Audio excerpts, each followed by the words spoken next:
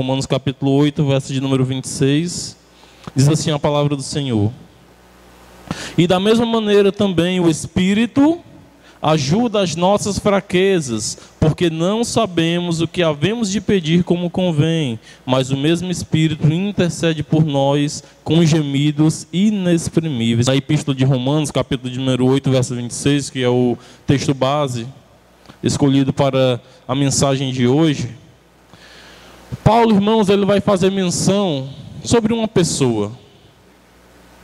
Ele vai dizer que da mesma maneira também o Espírito. Na sua Bíblia, a palavra Espírito está escrito com E maiúsculo, nos indicando que Paulo está falando aqui, irmãos, da pessoa do Espírito Santo de Deus. Irmãos, é sobre o Espírito Santo de Deus que nós vamos aprender essa noite. Vamos ouvir, à luz da palavra de Deus, o que a Bíblia fala sobre o Espírito Santo. Numa outra ocasião eu falei aqui sobre Deus Pai, pessoa e obra.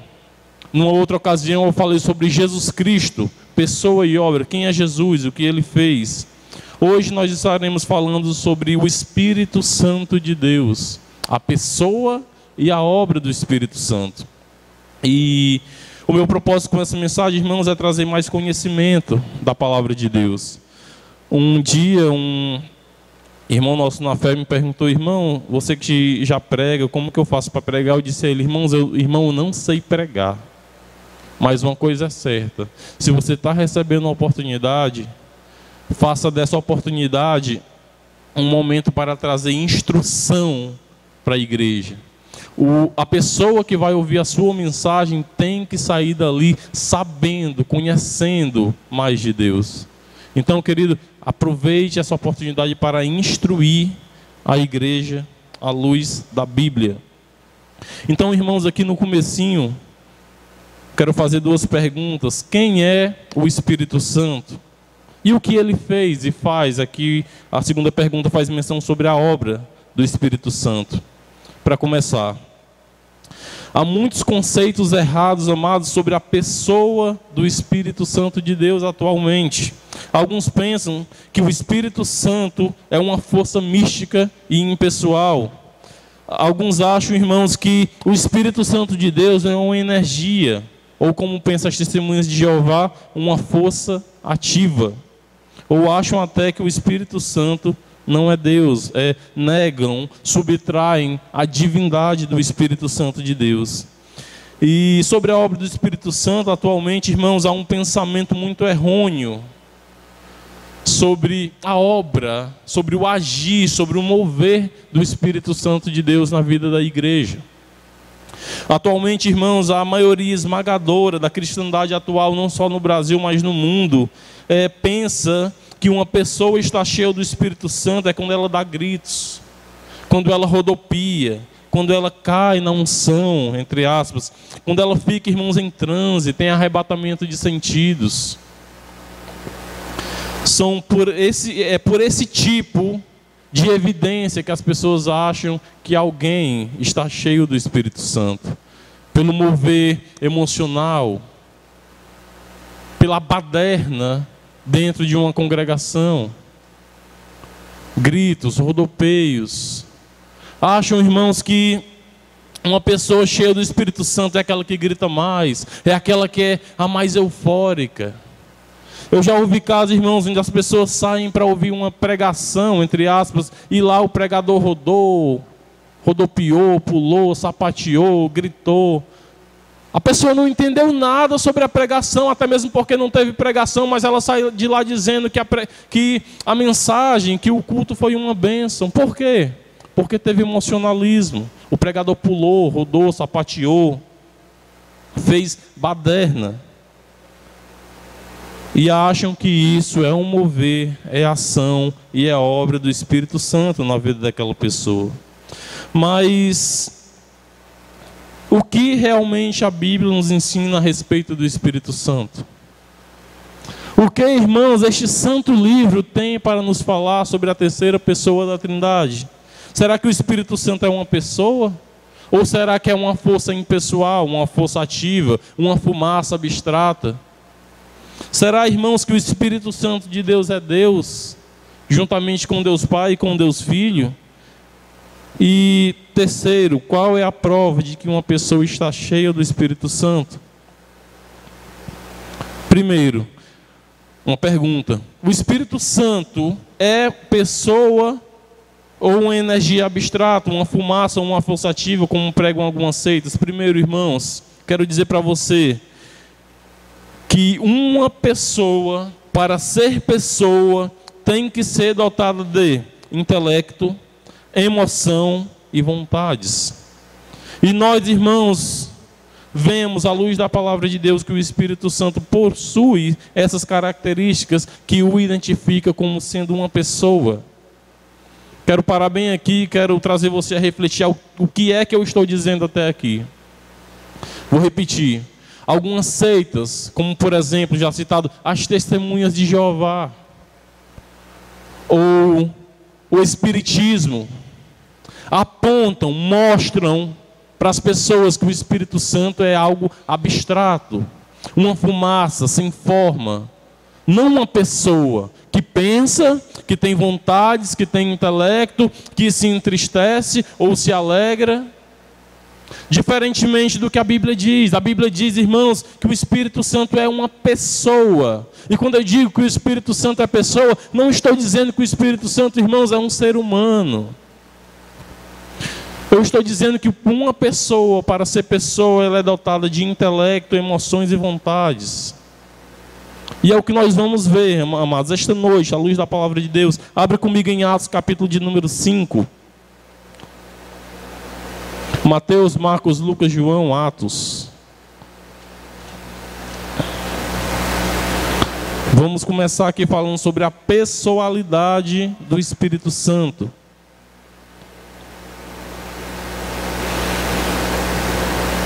Glória a Deus. Atos capítulo 5, do verso 1 ao 4, diz assim a palavra do Senhor. Mas certo varão chamado Ananias, com Safira, sua mulher, vendeu uma propriedade e reteve parte do preço, sabendo também sua mulher, e levando uma parte, a depositou aos pés dos apóstolos. Disse então Pedro: Ananias, por que encheu Satanás o teu coração, para que mentisses ao Espírito Santo e tivesses parte do dinheiro? Para bem aí, irmãos, no verso 3. Vamos entender aqui o contexto. Que se a gente pegasse aqui os versos anteriores, entender o que estava acontecendo ali, as pessoas, irmãos, vendiam propriedades e depositavam aos pés dos apóstolos, que por sua vez dividia entre os irmãos mais pobres da comunidade cristã daquele tempo. Mas aqui em Atos capítulo 5, a partir do verso 1 em diante, a gente vai ver, irmãos, que Ananias e Safira fizeram o mesmo, entre aspas. Eles também venderam uma propriedade. Eles também, irmãos, venderam uma herdade. Com aquele dinheiro, não todo, a Bíblia relata que apenas parte do dinheiro eles depositaram aos pés dos apóstolos.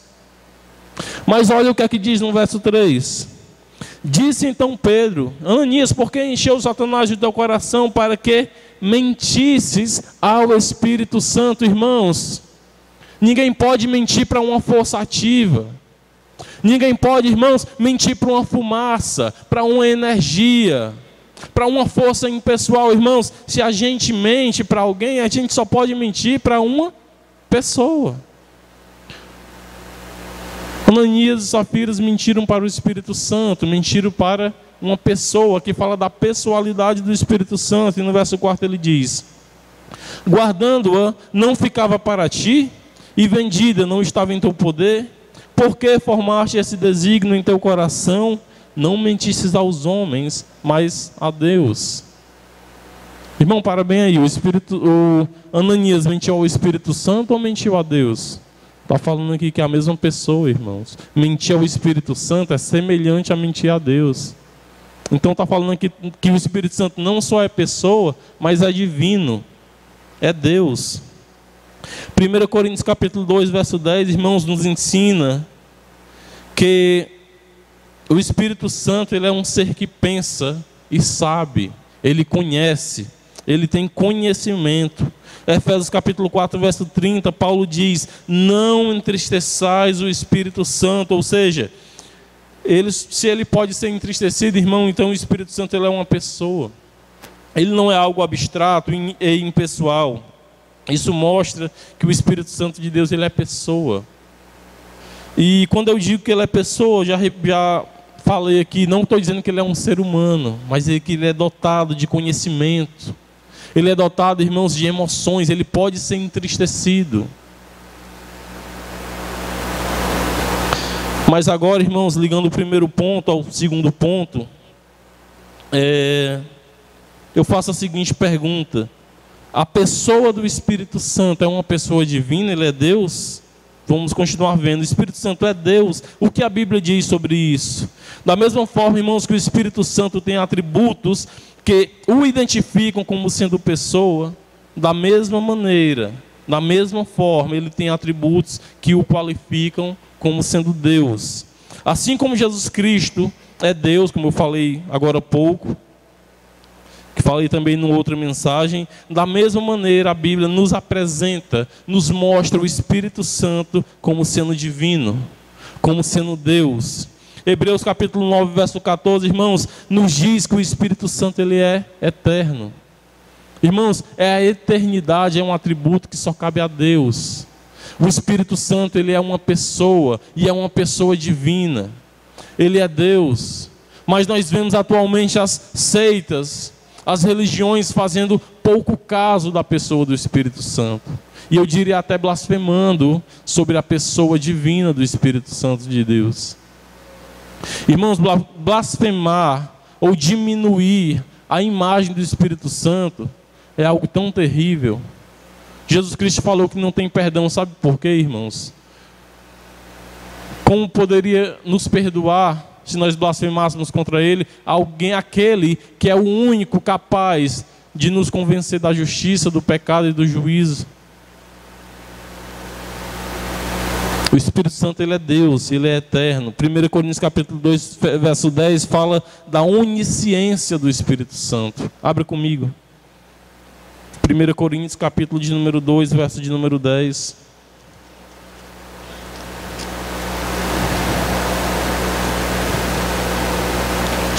Depois de Romanos.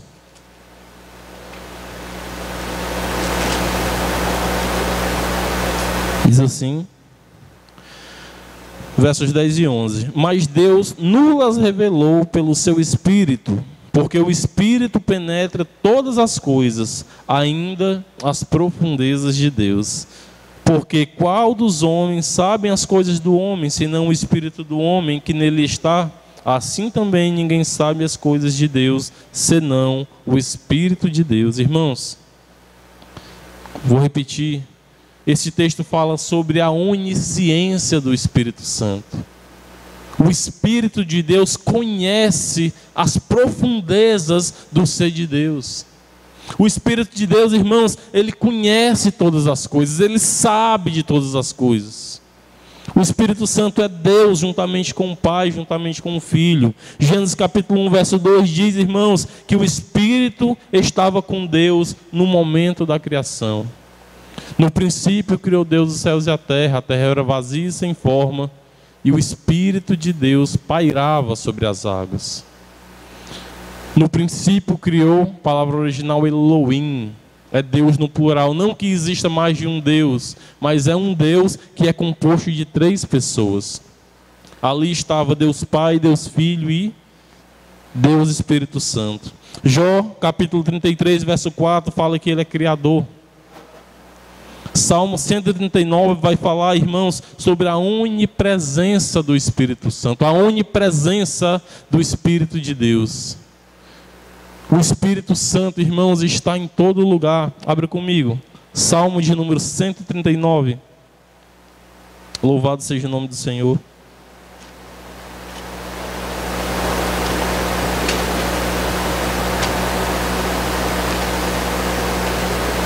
Dos versos de número 7 ao verso 10. Salmo 139, do verso 7 ao 10 diz assim: Para onde me irei do teu Espírito? Ou para onde fugirei da tua face? Se subir ao céu, tu aí estás. Se fizer no Sheol a minha cama, eis que tu ali estás também. se tomar as asas da alva, se habitar nas extremidades do mar. Até ali a tua mão me guiará e a tua destra me susterá. Irmãos, olha a pergunta do salmista Davi: para onde me irei do teu espírito? Irmãos, ninguém pode fugir, se esconder da presença do Espírito Santo de Deus. E mais um ponto aqui: quais são as obras do Espírito Santo? Aprendemos até aqui, irmãos, que o Espírito Santo, ele é pessoa, e que essa pessoa, ela é divina, é Deus. Mas o que essa pessoa, a terceira pessoa da Trindade, o Espírito Santo, fez? O que é que ele faz? Qual é a obra do Espírito Santo? Qual é a ação do Espírito Santo? O que a Bíblia fala, amados? O que a Bíblia nos ensina sobre isso? Após vermos que o Espírito Santo é pessoa e Deus, que eles vão falar sobre a obra, sobre o papel do Espírito Santo. O seu papel na criação, o seu papel na vida de Cristo Jesus, desde seu nascimento até a sua ascensão aos céus. E vamos falar, amados, sobre o papel do Espírito Santo nas nossas vidas, na vida do ser humano. Ligando aqui um ponto ao outro, vamos falar das obras que qualificam o Espírito Santo como sendo Deus. Obras que somente Deus poderia realizar. Primeiro, 1 Pedro capítulo 1, verso 21. Já no finalzinho da Bíblia.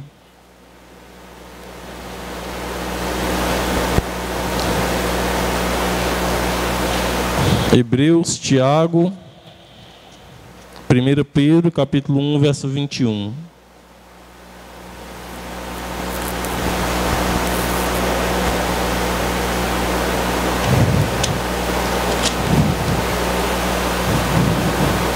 Perdão, amados, não 1 Pedro, mas 2 Pedro.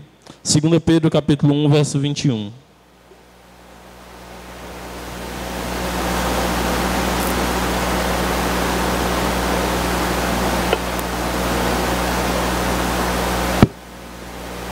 Porque a profecia nunca foi produzida por vontade de homem algum, mas os homens santos de Deus falaram inspirados pelo Espírito Santo.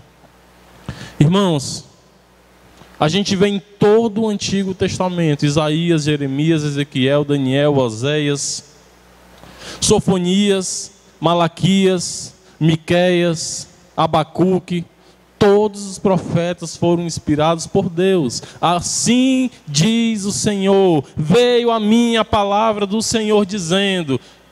Peso da palavra do Senhor contra Israel por intermédio do profeta. Aí diz o nome do profeta, no caso aqui Malaquias.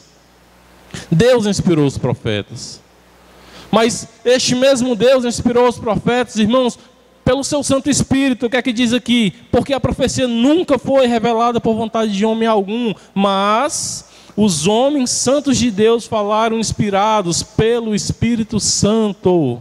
Irmãos, toda a palavra de Gênesis e Apocalipse foi inspirada por Deus, foi inspirada pelo Espírito Santo. O Espírito Santo é Deus.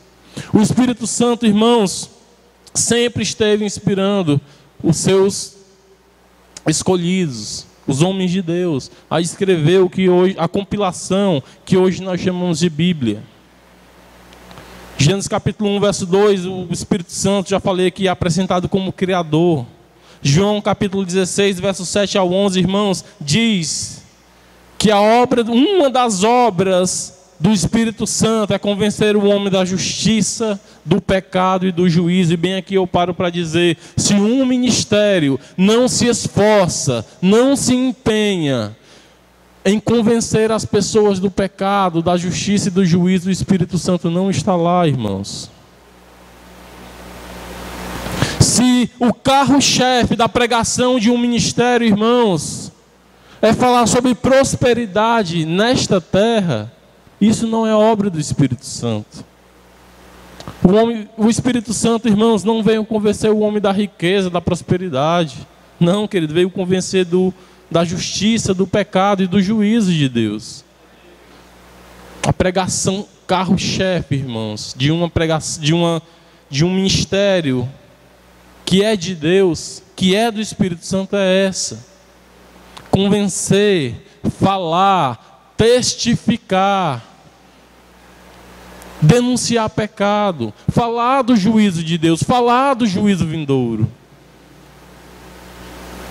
Mas infelizmente, irmãos, nós temos visto que nesse tempo de apostasia, nós estamos bem longe de ver esse ministério em ação. É raro, são pouquíssimos homens denunciam o pecado, falam da justiça do juízo de Deus. Por quê? Tempos de apostasia, o Espírito Santo está longe dessas congregações. João capítulo 14, verso 16 fala, irmãos, que Ele é consolador. Ele consola. Irmão, só precisa de consolo quem é atribulado, quem é perseguido. Cristo falou para os seus discípulos, pouco antes de subir: eu vou, mas vos enviarei um outro consolador. Não vos deixarei órfãos. Irmãos, olha que promessa maravilhosa. Olha a ação do Espírito Santo na vida de um crente. Ele tem um consolador, irmãos. Ele tem alguém que está ali dentro, eu ia dizer do lado, mas eu ia me enganar. Dentro. O Espírito Santo está dentro de cada um daqueles que creem em Jesus Cristo como seu Senhor e Salvador. O Espírito Santo está ali, irmãos, consolando, trazendo consolo, trazendo conforto. É aquela voz, irmãos, que no meio da tua tristeza Ele diz: calma, filho, eu estou contigo. É aquela voz dentro de ti, irmãos, que te acalma, que te conforta, que te consola no meio das tribulações, no meio das tuas dores. É aquela voz, irmãos, que diz: não te atemorize, eu sou contigo. É aquela voz que diz: filho, isso vai passar, apenas aguarda mais um pouco e confia em mim. É aquela voz que diz: irmãos, filho, eu estou voltando para arrebatar a minha igreja. Ele é consolador, irmão, Ele consola no meio das nossas tribulações. Romanos capítulo 8, verso 9 diz que o Espírito Santo, Ele testifica com o nosso espírito que somos filhos de Deus, irmãos. Sabe quando tu está naquela dúvida: será que eu sou filho de Deus? É aquela voz lá no fundo do coração diz: tu é meu filho, eu te escolhi desde a fundação do mundo, tu é um eleito meu.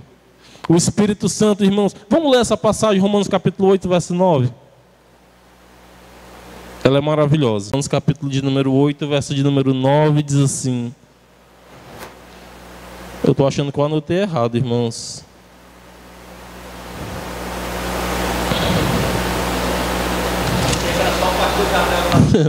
Ô glória.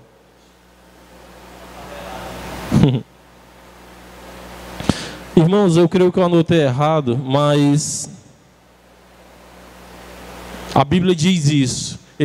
O Espírito, se alguém encontrar, me diz, por favor. É o Espírito Santo de Deus, Ele testifica com o nosso espírito que somos, que pertencemos a Deus, que somos filhos de Deus. E João capítulo 16, verso 3 diz, irmãos, que o Espírito Santo de Deus, Ele nos guia por toda a verdade. Eu vou repetir. O Espírito Santo de Deus, Ele nos guia por toda a verdade. O Espírito Santo, quando vier, Ele vos guiará por toda a verdade. Eu vou te dizer por que é que eu estou enfatizando esse versículo. Porque o Espírito Santo de Deus, irmãos, não nos guia por parte da verdade. O Espírito Santo de Deus, irmãos, não nos guia somente pela metade da verdade. O Espírito Santo de Deus, Ele nos guia por toda ela, por toda a verdade. Irmãos, nós conhecemos aí à torta e à direita uma penca de religiões e seitas que pregam a verdade. Sabe qual é o problema? Porque eles não pregam a verdade na sua totalidade. Eles pregam parte da verdade. Eles dizem, por exemplo, que Deus criou todas as coisas e está sentado em seu reino, em seu trono de glória. Mas negam para você que Jesus Cristo é Deus. Negam a Trindade. 8:16, obrigado, irmão. Romanos 8,16. Eu quero ler essa passagem, irmãos, porque ela também é consoladora. Obrigado, irmão Jackson. O mesmo Espírito testifica com o nosso Espírito que somos filhos de Deus. Sabe o que é testificar? É dar testemunho. O Espírito Santo que habita na vida do crente, ele dá testemunho que nós somos filhos de Deus, que nós somos filhos de Deus por adoção, por meio de Cristo Jesus. Ele testifica com o nosso espírito, ele fala dentro de nós, ele fala nos nossos corações que nós, irmãos, pertencemos a Deus. Ele nos guia por toda a verdade. João capítulo 15, verso 26, ele testifica de Cristo, ele dá testemunho de Cristo.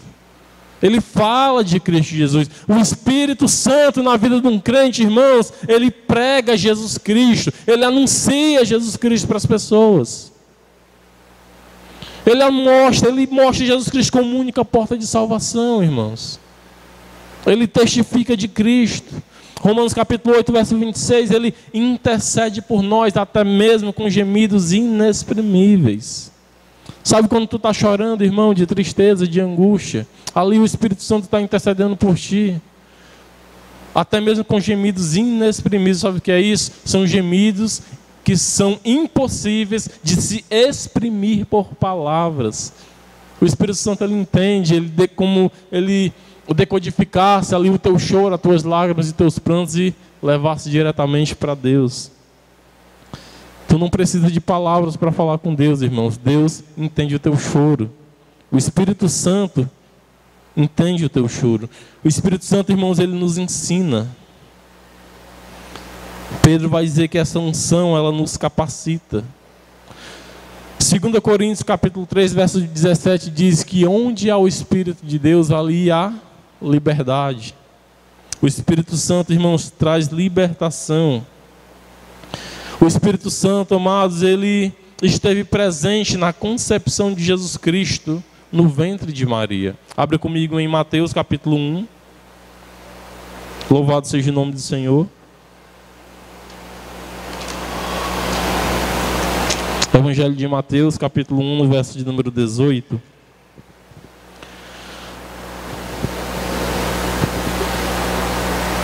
Ora, o nascimento de Jesus Cristo foi assim: estando Maria, sua mãe, desposada com José, antes de se ajuntarem, achou-se ter concebido do Espírito Santo. Então José, seu marido, como era justo e a não queria infamar, intentou deixá-la secretamente. E projetando ele isto, eis que em sonho lhe apareceu um anjo do Senhor, dizendo: José, filho de Davi, não temos receber a Maria tua mulher, porque o que nela está gerado, aleluia, é do Espírito Santo.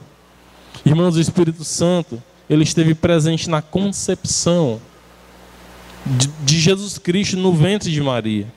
Ele esteve presente, irmãos, na infância de Jesus Cristo. Ele esteve presente no batismo de Jesus Cristo, como ele desceu em forma de pomba sobre Cristo Jesus. O Espírito Santo, amados, conduziu Jesus ao deserto para ser tentado pelo diabo, Mateus capítulo 4. Ele esteve presente durante todo o ministério de Jesus Cristo. Irmãos, cada milagre operado por Jesus Cristo era uma ação, era uma obra do Espírito Santo. Ele esteve presente durante todo o ministério. E eu paro bem aqui para dizer, amados, cuidado quando se referir ao Espírito Santo, porque Cristo disse que o único pecado sem perdão envolve a terceira pessoa da Trindade. O único pecado que um ser humano pode cometer, na qual não há perdão, o Espírito Santo está envolvido. Cristo disse, Mateus 12. Abra comigo, Mateus 12, versos 31 e 32. Portanto, eu vos digo, todo pecado e blasfêmia se perdoará aos homens, mas a blasfêmia contra o Espírito Santo não será perdoada. aos homens. E se qualquer disser alguma palavra contra o Filho do Homem, ser-lhe-á perdoado. Mas se alguém falar contra o Espírito Santo, não lhe será perdoado, nem neste século, nem no futuro, nem no vindouro. Alguns vão dizer, irmãos, que blasfemar contra o Espírito Santo é resistir ao mesmo. É viver uma vida de uma sequência de pecados, uma sequência de desobediência, é de fato rejeitar, dizer eu não quero ser crente, eu não quero servir a Cristo, é cometer iniquidade mesmo, sem recato, sem receio. Irmão, sim, de fato isso condena, de fato isso leva à condenação eterna, mas se a gente for entender o contexto aqui de Mateus capítulo 12, a gente vai ver Cristo falando, irmãos, portanto, eu vos digo que todo pecado de blasfêmia vos será perdoado, né, aos homens, mas a blasfêmia contra o Espírito Santo não será perdoada aos homens, se qualquer disser uma palavra. Se qualquer disser uma palavra. Irmãos, blasfemar contra o Espírito Santo não é só rejeitar, isso condena sim. Condena, mas se houver arrependimento, há perdão. Blasfemar contra o Espírito Santo é proferir palavras injuriosas, infamatórias, desrespeitosas ao Espírito Santo. Se a gente for ver aqui pelo contexto, os fariseus estavam ali acusando Jesus de estar operando uma libertação por demônios. Os fariseus atribuíram a demônios uma libertação que fora operada pelo Espírito Santo de Deus. Irmãos, eu já vi pastores que eu respeito e admiro, dando um pensamento, uma lógica errada para esse contexto. Mas eu vejo, à luz da palavra de Deus aqui, que blasfemar é proferir palavras que insultam o Espírito Santo de Deus. Aí você pergunta, será que eu já blasfemei algum dia? Será que eu já blasfemei e se sente mal? Será, meu Deus, e agora? Será que eu estou condenado? Irmão, se você pensa assim, isso é uma prova de arrependimento e mostra que você não blasfemou. Uma pessoa que blasfema contra o Espírito Santo, ela está consciente disso. É uma pessoa que, no caso aqui dos fariseus, eles sabiam que Cristo era o Filho de Deus, mas por inveja o rejeitavam. E por inveja o acusavam de operar milagres por demônios.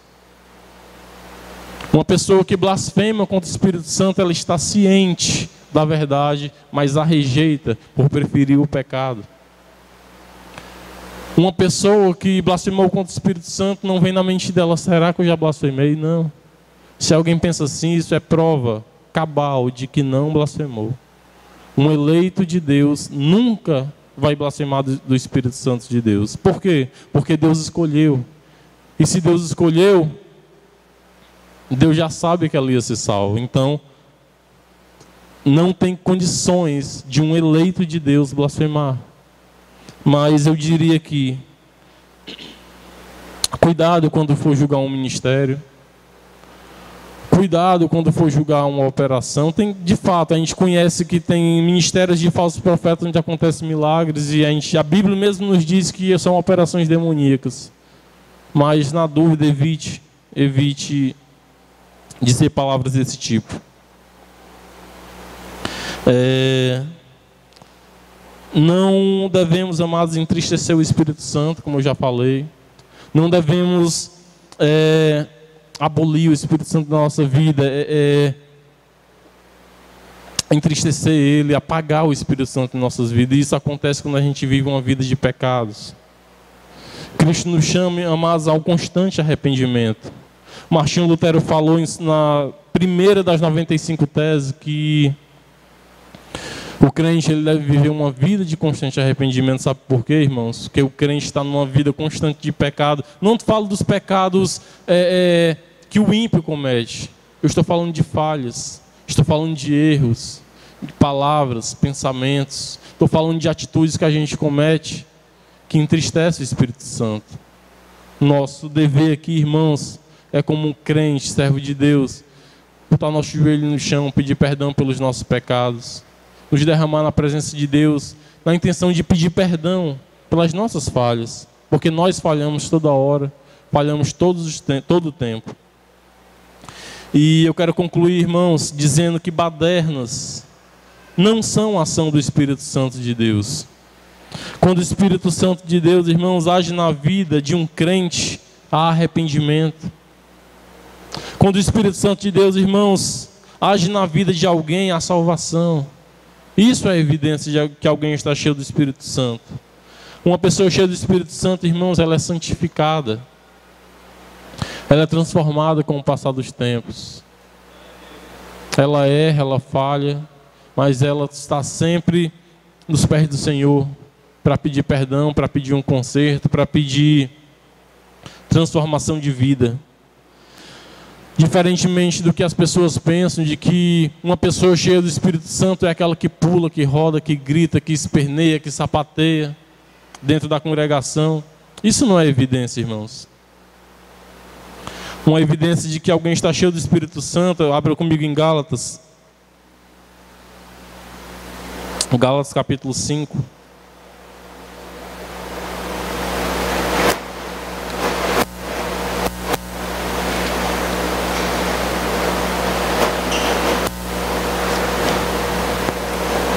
Gálatas, depois de 2 Coríntios, capítulo de número 5, verso 22, diz: mas o fruto do Espírito é caridade, talvez na tua versão esteja amor, gozo, paz, longanimidade, benignidade, bondade, fé, mansidão e temperança. Estas, irmãos, são as evidências de que alguém está cheio do Espírito Santo, pleno do Espírito Santo. Irmãos, quando há o Espírito Santo, há liberdade. Quando há o Espírito Santo, há transformação. Quando há o Espírito Santo, irmãos, uma pessoa é acometida pelo arrependimento. É acometida, irmãos, pelo verdadeiro arrependimento que leva aquela pessoa, aquela criatura a um novo nascimento, a uma nova vida. Pular, cair, falar línguas estranhas, isso não é mostra, isso não é evidência de que alguém está cheio do Espírito Santo. Ser cheio do Espírito Santo, irmãos, é ter uma transformação de vida. Abra comigo em 1 Coríntios, capítulo 3, para concluir.